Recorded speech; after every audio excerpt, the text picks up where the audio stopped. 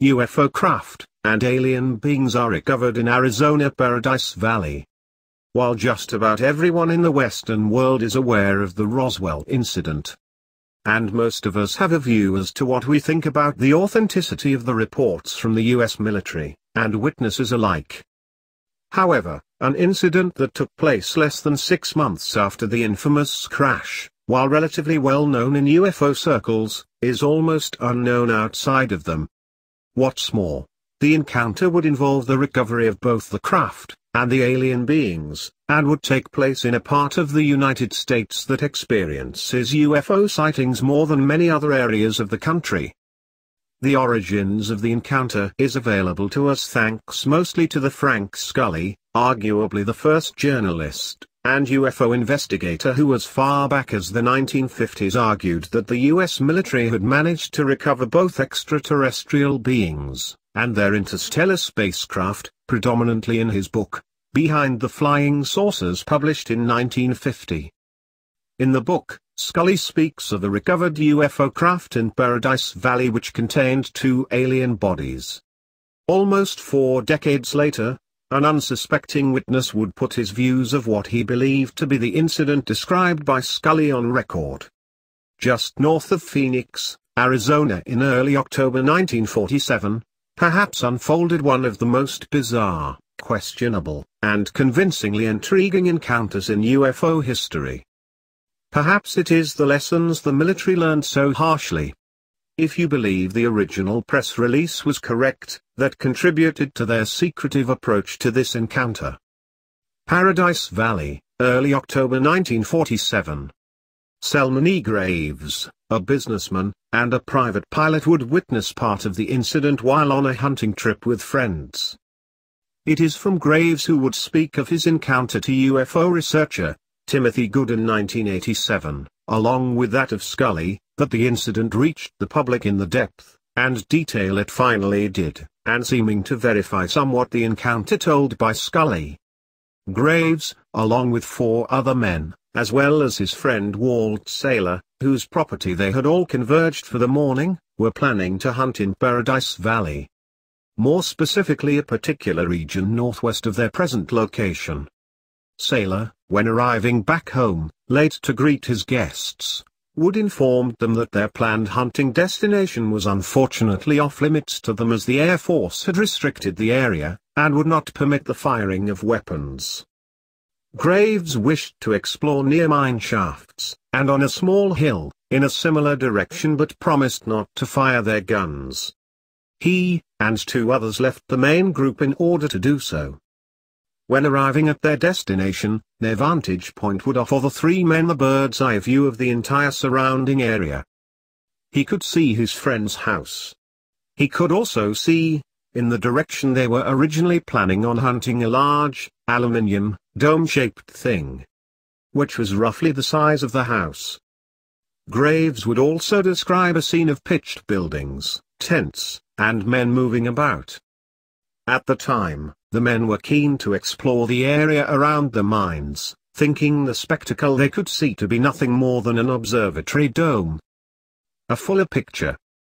When Graves read Frank Scully's book years later, and in particular the Paradise Valley incident, he instantly recalled the observatory dome he had witnessed, and how in fact it was a crashed vehicle from another world.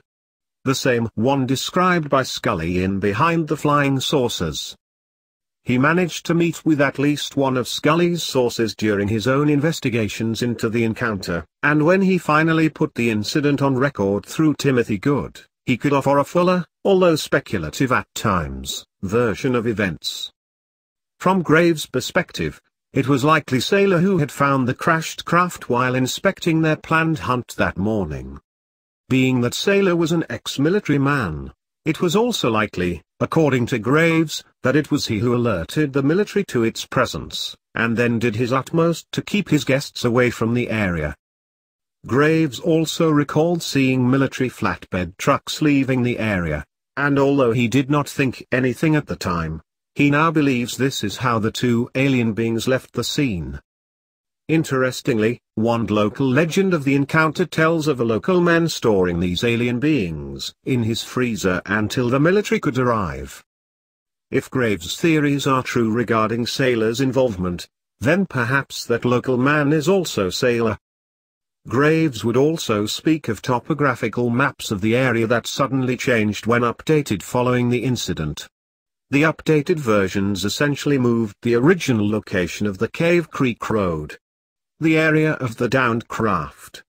When Graves inquired as to how to obtain an original map, the reply was, a copy no longer existed. Graves would also speak to good about a project designed to literally cover up any evidence of the craft. Dreamy Draw Dam.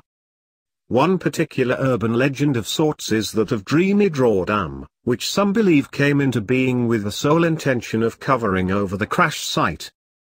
The area is now a recreation area, although the legends state the ruined craft was simply too large to move, certainly in any kind of covert way, so the decision would go ahead to conceal the wreckage by building over it, essentially hiding in plain sight.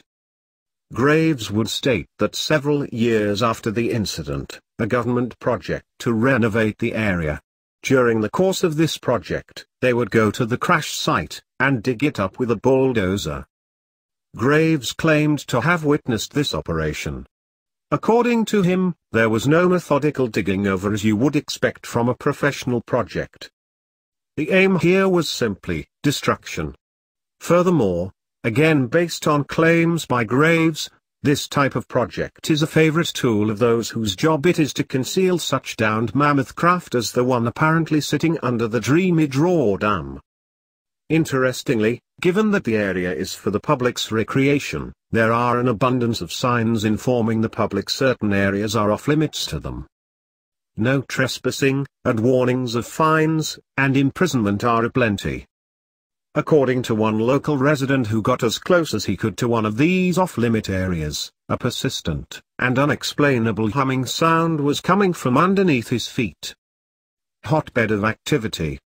While we will look a little further at Frank Scully, and how genuine, or authentic his accounts and theories might be, the areas in and around Arizona are an absolute hotspot of UFO activity. The deserts, and rural areas of Arizona, California, New Mexico, and Colorado are awash with strange UFO sightings, claims of top-secret alien government bases, and strange, often reptilian, beings. One of the most famous sightings, not just in recent times but throughout history, is the Phoenix Lights incident of 1997. Thousands saw the spectacle firsthand, while millions more witnessed it on their television sets across the world. Now, in the age of the internet, it is perhaps one of the most viewed pieces of footage online. The reasons for why such activity is so rampant are as varied as the sightings themselves. Some believe the crashed crafts of the 1940s are attracting further crafts of the same intelligent control. Others argue that the recent sightings are likely the result of reverse-engineered technologies by the military in top-secret test flights. Or, if the claims of recovered alien beings, sometimes alive beings, then perhaps the sightings of top-secret bases beneath the ground in the southwestern states of America, bases that contain both humans and non-human entities, should go under more serious investigation. Dr. G, and overall credibility. Scully's credibility, or more to the point, the sources he would use, are regularly put under scrutiny. Consequently, many of his encounters are easily dismissed by even enthusiastic UFO researchers. However, many maintain Scully's genuine nature and overall credibility, and while some of his sources may indeed be guilty of feeding disinformation to him, you have to ask the question as to why the powers that be would feel the need to do that in the first place.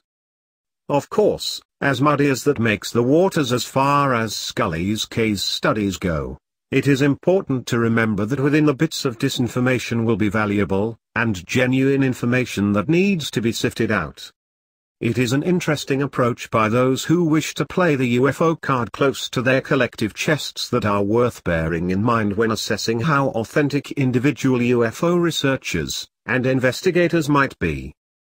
Incidentally, one of Scully's informants would go by the name of Dr. G, and was in fact several prominent scientists who, for purposes of his published work, and for their anonymity, had their accounts told by this made-up person. Regarding Frank Scully's credibility, perhaps it is best to give the last word to his wife, who relayed a comment about her husband by Captain Edward Ruppelt during an interview in the late 1970s. Ruppelt, recently retired as head of Project Blue Book, would state, "Of all the books published about flying saucers, your book was the one gave us the most headaches because it was the closest to the truth.